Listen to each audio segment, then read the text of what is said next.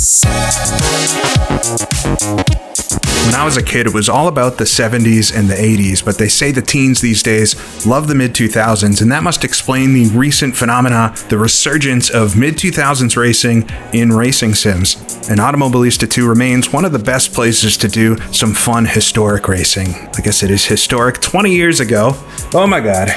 But 20 years now, yes, 2005 FIA GT cars have made their way into the game, and some prototypes and even some tracks have come in the 2 new DLC for the game, and I know there'll be some videos out there that are covering every little thing, but I thought I'd share what I've had the most fun with during some of the beta testing in the last few weeks. So strap in for a little sprint enduro here at Sebring in the wonderful Dodge Viper V10, a little first look at something that I think could give any sim racer a little bit of nostalgia.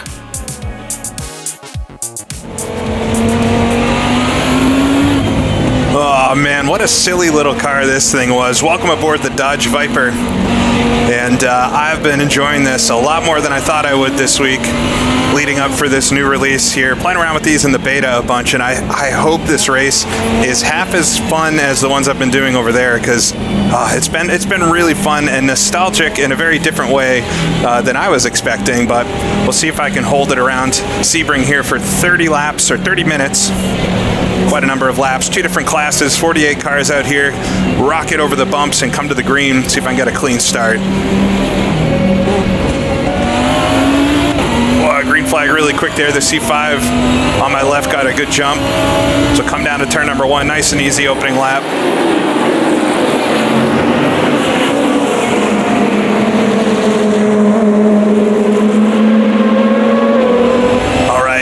Into the twisty sections here. This version of Sebring, I don't know what they're doing, either with the physics or just the model of the track, but it is so bumpy, and especially in this car, has caught me out several times. And I'll try to be patient here with the throttle, but it is no longer the hero physics that I've joked about in the past, how this game kind of makes you feel like a driving hero. I've been humbled plenty of times in this car.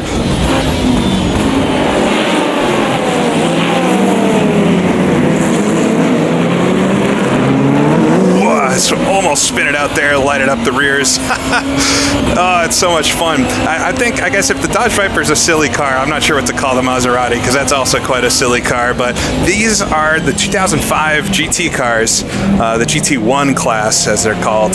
And man, these give me so much nostalgia for GTR2, the game from Simbin from 2006. This was a type of racing, this GT racing, especially the European variety, not one that I was super familiar with in 2005, 2006. I don't think there was any real way to watch that back then on TV, but outside of the glimpses of the Daytona 24-hour, maybe highlights during a NASCAR race or something like that, it was quite hard back then, harder than I think a lot of folks remember to catch this type of stuff. You had to be a pretty diehard fan. And so my exposure to all this was racing in GTR2, and this is bringing me back so much to that. As we got a nice run here on the C5 in front.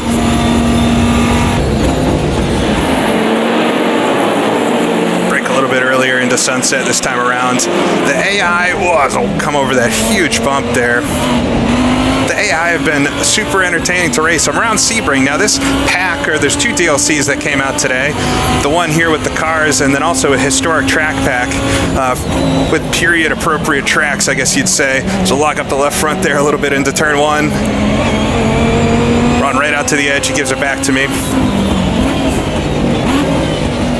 But yeah, there are some period appropriate tracks, Le Mans, Road Atlanta, and Spa-Francorchamps 2005 variants, and they're quite nice, but I thought I'd change it up a little bit. And the reason I'm at Sebring is Virtual Le Mans back in the day, if anybody remembers them, created some wonderful tracks at the time for the original R Factor as well as GTR2 and basically every ISI game.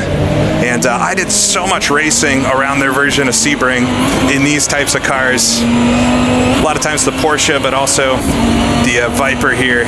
And yeah, it's a combination that it takes me right back. Maybe this isn't the most realistic set of cars to use on a track like this.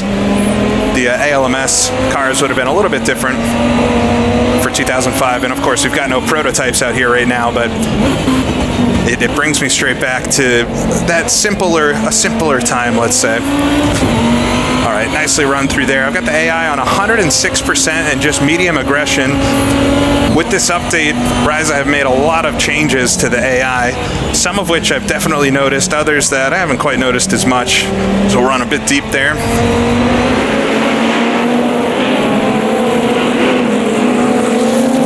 Nice run onto the backstretch. It's kind of that endless tweaking that can get a bit fatiguing. Every time you read the patch notes, you think you're going to boot it up and it's going to be this transformative experience. But it's these little things that stack up over time. And I've said before with other updates, if you haven't played AMS2 in a while, you definitely should try it out again, especially if you haven't played it since 1.6 came out. Because we got a nice run on the exit there on the Viper in front, past him like he was standing still.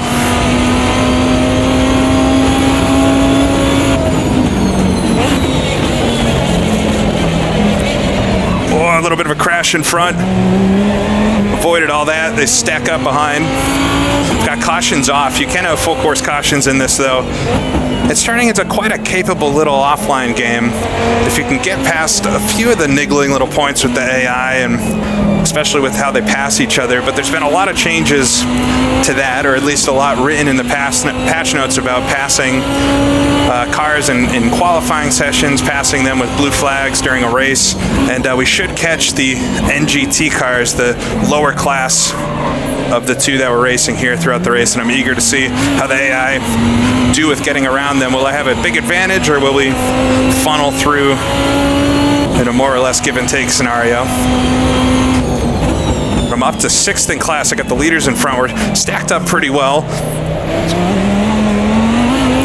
And I am running everything default here. I'm so excited for folks in the community to get their hands on these cars and make some of those awesome skin packs and things. I think this set of cars, especially the 3 different sets, the GT1, the GT2, and the prototypes from this era, we're going to see some amazing stuff. I can't wait to do a Le Mans with a full grid of cars that really look the part for it. But even in its raw experience, it is really fun. I didn't think I would enjoy this as much as I would. They're a little bit newer than the things I'm really nostalgic for, but that comparison to GT-R2 brought me right back. And this car is no joke to drive. I've driven them all a little bit, but the Viper is just so outrageous that it's the one I gravitate towards. Come over that huge bump again.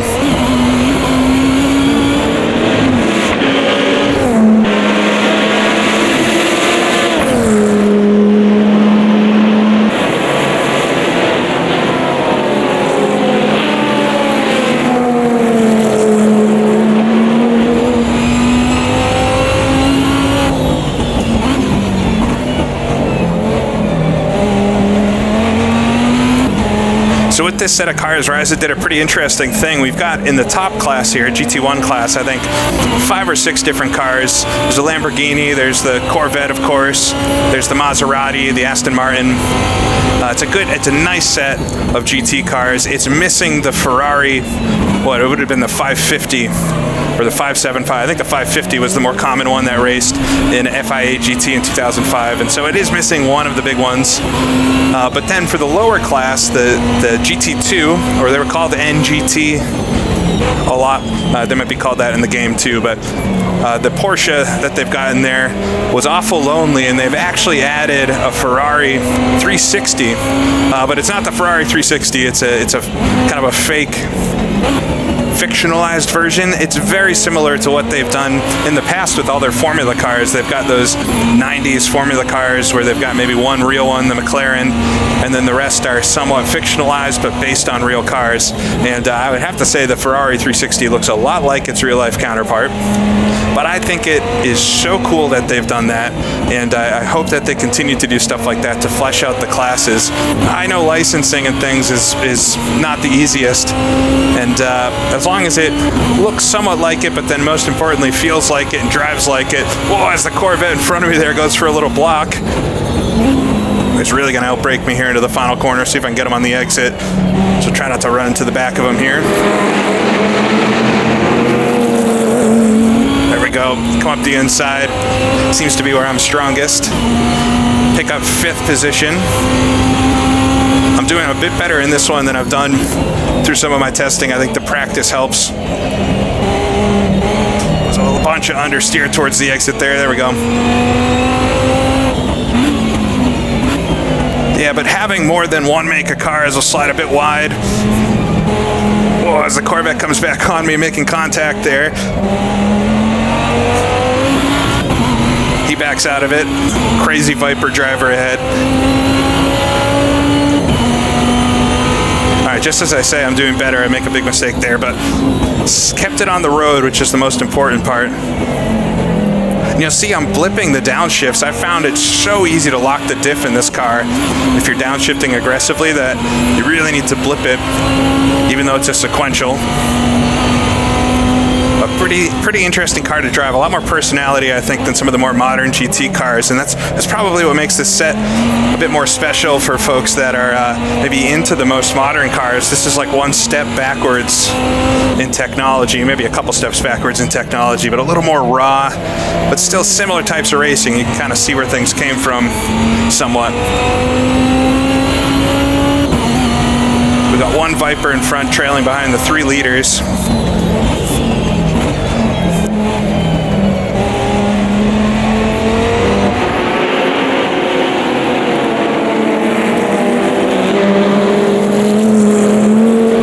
Dancer right out to the edge there.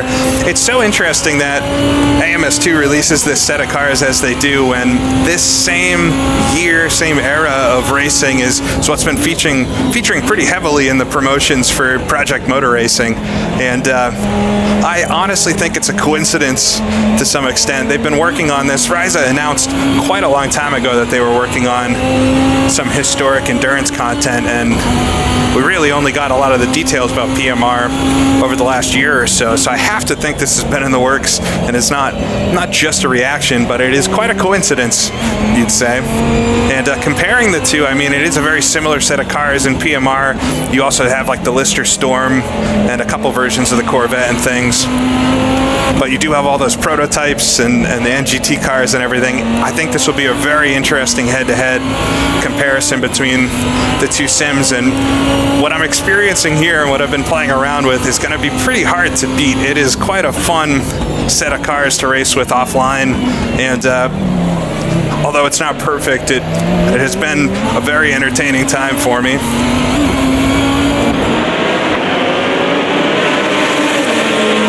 Pulling them in now that I've not slid sideways too much.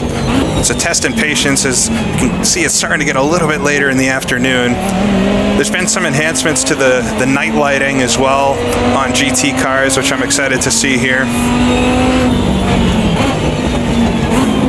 Get it down to second gear. You kind of have to tiptoe this car around. It's not very grippy. A completely different experience, though, than I feel like a lot of the cars in AMS2 have been over the years. So we've got something on the track there. One of the braking markers seems to have slid a bit wide.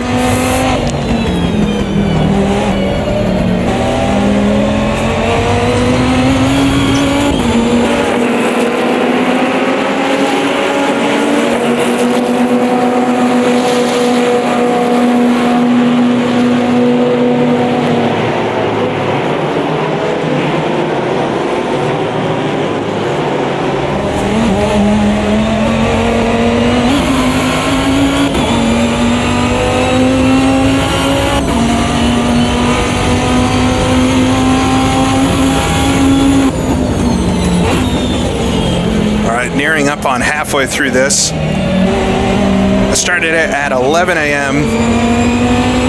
in the sim and have it on 25 times time progression with a half hour. Give us about a 12-hour simulation.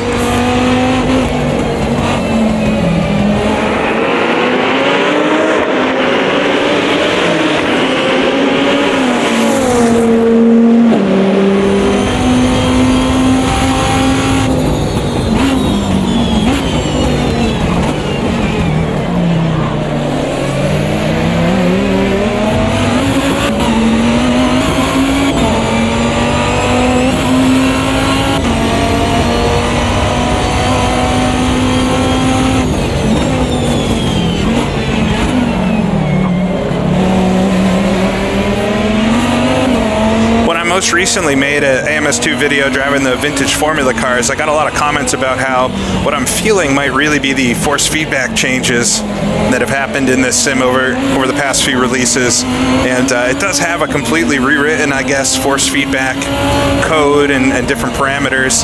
And they did a reset a little while back on the different profiles that you can use. I know a lot of folks in the past have used like custom profiles with different settings to try to make it feel a certain way, but I highly recommend trying out the default ones again if you have. And I'm running on the regular default here. There's the default plus as well, and I've found the default plus introduces a lot of extra effects like chassis vibrations and things that I don't quite like. They maybe make it a little bit more immersive, but I kind of like the raw physics feeling through the wheel. So close up nicely on the Viper in front, dive up the inside. My teammate, I guess. Very similar cars. The red, gotta use the red with the Viper. See, outbrakes me a little bit into T1. Whoa, try not to slide wide into him. Luckily he backs out of it. It's that cover shot of in GTR2 of the Viper at Spa-Francorchamps that is just so iconic at this point.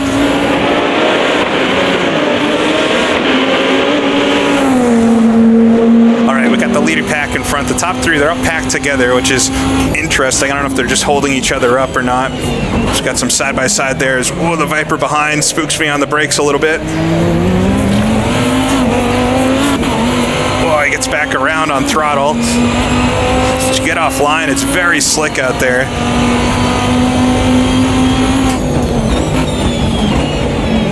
Oh, try not to hit the back of my teammate. Gonna run a bit wide. Just about kept it. All right. Can't be doing stuff like that if I want to get to the front here before the end. It's a very short race, 30 minutes. And like I said, I believe we'll hit the end of the pack.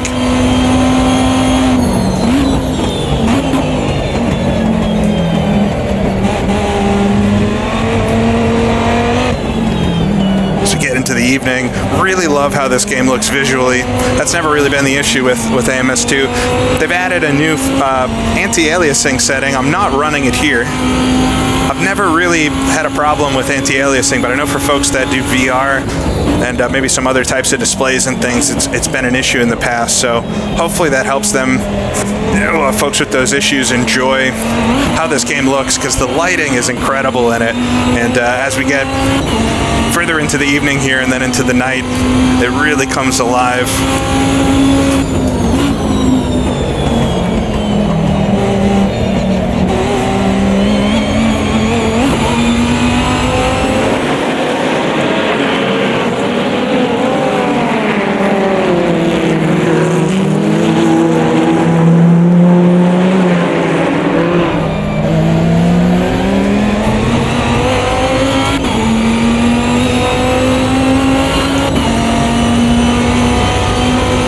This is a modern version of Sebring. It's one of those tracks that hasn't changed a whole lot since 2005 or so. It's a pretty similar track in most regards. But it would be fantastic if we could make track skins at least, which I'm surprised it's not something. It must be hard to do if we haven't seen any.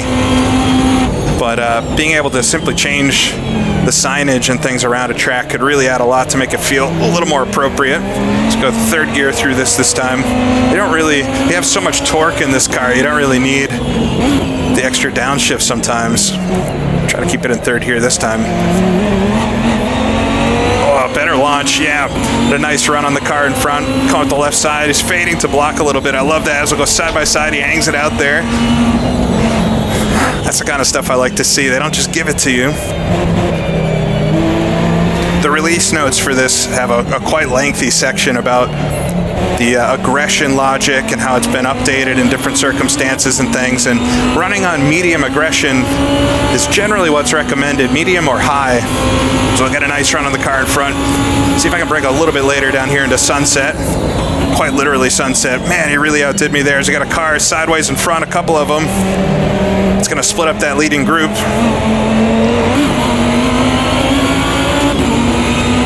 right. Nice run out of the final corner. Come up the inside, he flicked his lights on. I'll do the same with mine.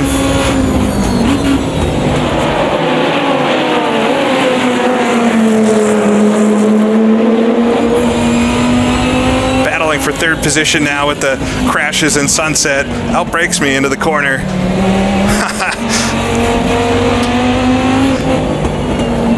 Old dueling Vipers in the sunset. It doesn't get more poetic than that.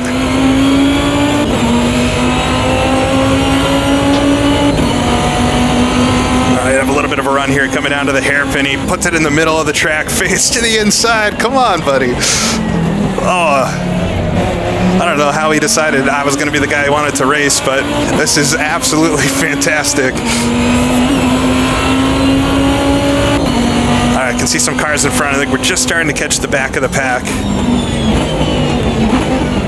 One of those, we'll call it a Ferrari, in quotes. Car in front flashing his lights, just letting him know. I'm sure he'll be hyper aware at this point. Let's see how he deals with this car. Jumps in behind him through the corner. Didn't leave it quite enough room on the exit there, but gets around him to the outside. Not too much time lost.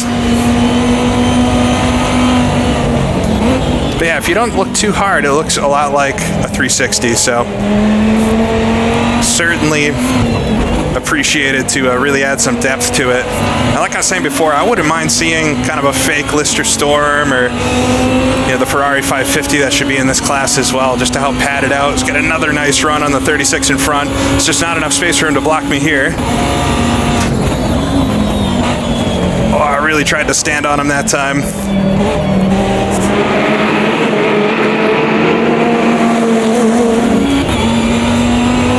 Sweep out. Under 10 minutes to go. This is going to get dark awful quick here.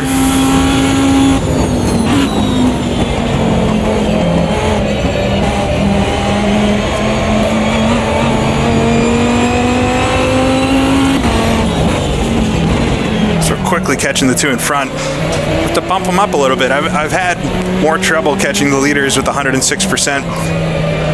Speed, so we'll run a bit wide there. Certainly not out of the woods yet, but might have to bump them up just a little bit for future races. But I love seeing the defending and stuff like that. It really adds a lot to it. These two can't seem to get around each other. So I got them right behind me now, but don't miss the apex as much that time. Really helps add a lot of personality to it when they start blocking you and things, or make a move on you as the player. There's a lot of AI that in different games that really won't challenge you back once you get around them quite as much.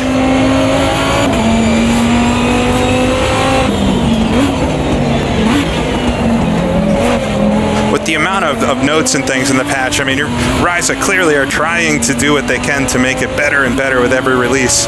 And I have to imagine it's just some long-standing kind of core mechanics and how this game works, how the game engine works, that makes it hard to fix, certain issues. But really, it's quite remarkable how far it's come. All right, come onto the straight here. You can see it's almost dark. It'll be not but a lap and it'll be fully dark.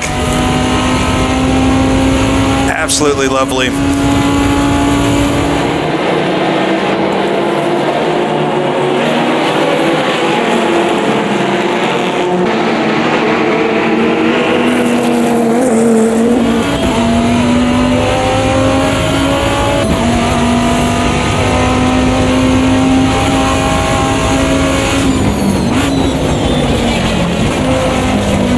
Oh, a shot of flames from the Corvette in front. We had a Porsche sitting backwards right on the apex there. So avoid quite a few incidents so far. I guess with 48 cars on the road, there's a lot going on. All right, we got a Porsche stacked up in front. This is quite realistic. Trying to work through cars here is hard. It's the Corvette a little bit slow exiting. Should have a run on him down to the hairpin then. Jump up the inside, he doesn't defend. Really late on the brakes. You can see the brake discs glowing there. All right, pick up second spot. We got the Maserati in front for first. So come up the inside of one of the Porsches. Oh, the Corvette comes back up the inside. He caught me sleeping a little bit. Try to get a good exit here. I'll have the inside for this next corner. Whoa, big tank slapper there. Oh, I could have slid up the inside there. Porsche's probably like, I don't know where to go, guys.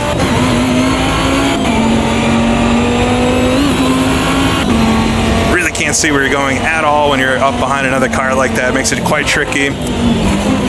We've got a slow Viper in front.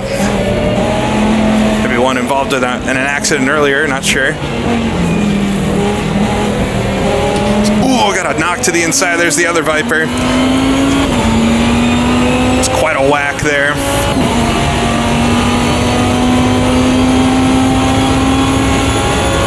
Three wide down to Sunset. Oh, back out early. The Viper behind scared me a little bit there as it really whacked the bump there. So tight on the inside. We'll get a great exit again. Just 5 minutes ago, only be a couple of laps. Try to stay in front of this Corvette behind and catch up to the Maserati up there, but he sticks it in.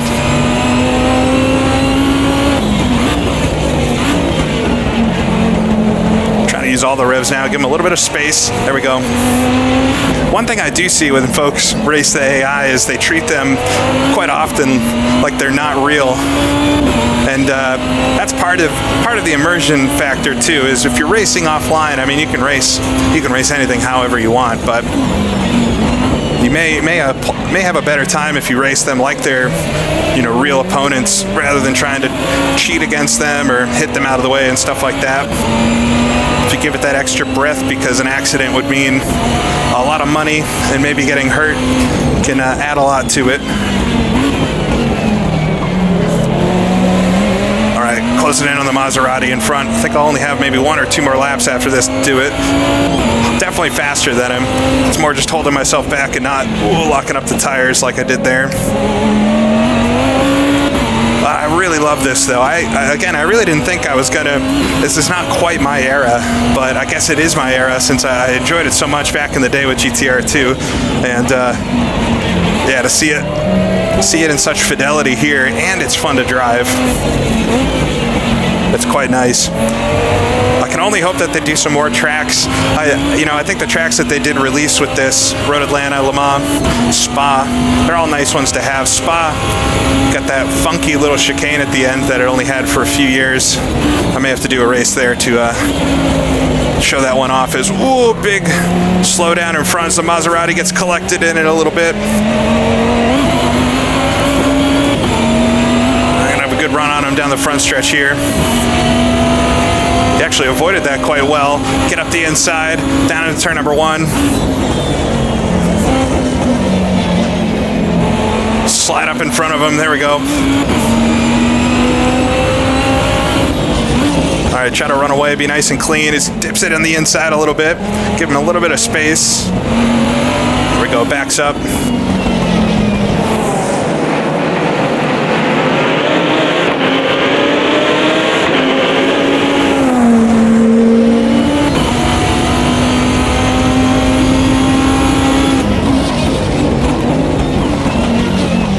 Closes it up, but I'll take the line. There we go. No traction.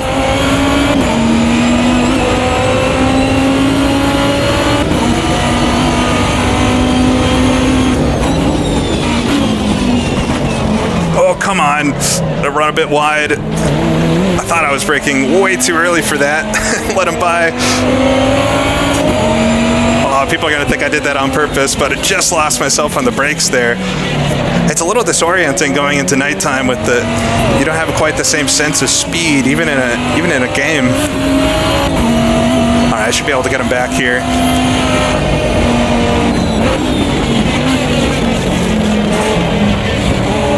I think we'll have 1 lap to go after this.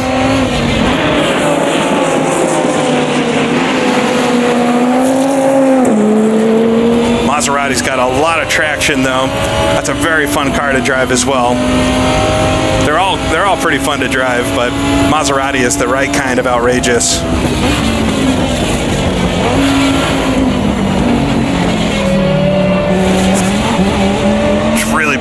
that bump. If you run a little bit wider there, you can avoid it, but there we go. Nice exit. Catch him in the usual spot. So jump up to the inside. He tries to keep me pinned to the wall.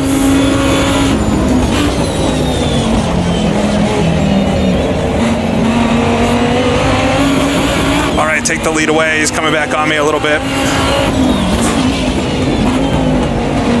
Oh, it's right there. He's flashing his lights, probably at the lap traffic, but has the dual effect of distracting me. All right, accelerate away. Try to do a bit better up here this time by. Got under a minute left. I don't think we'll get to the line before that ends. A little bit of traffic there on the apex, but he finds his way around just as fast as I do. They're doing pretty good with it. There's a couple spots where they're getting caught up a little bit, but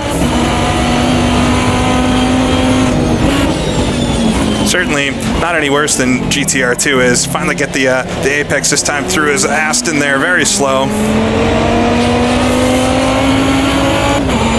Just half throttle around the outside there, waiting for the rear end to kick out. All right. Whoa. Try to run away now to the end of the lap. This should be the final lap, if I've got it set how I thought I did. A fun little race though. A little bit easier. I should bump him up a couple percent, but ooh, as he's coming back on me, he doesn't like the sound of that. Oh, the fireworks and everything. Look at that.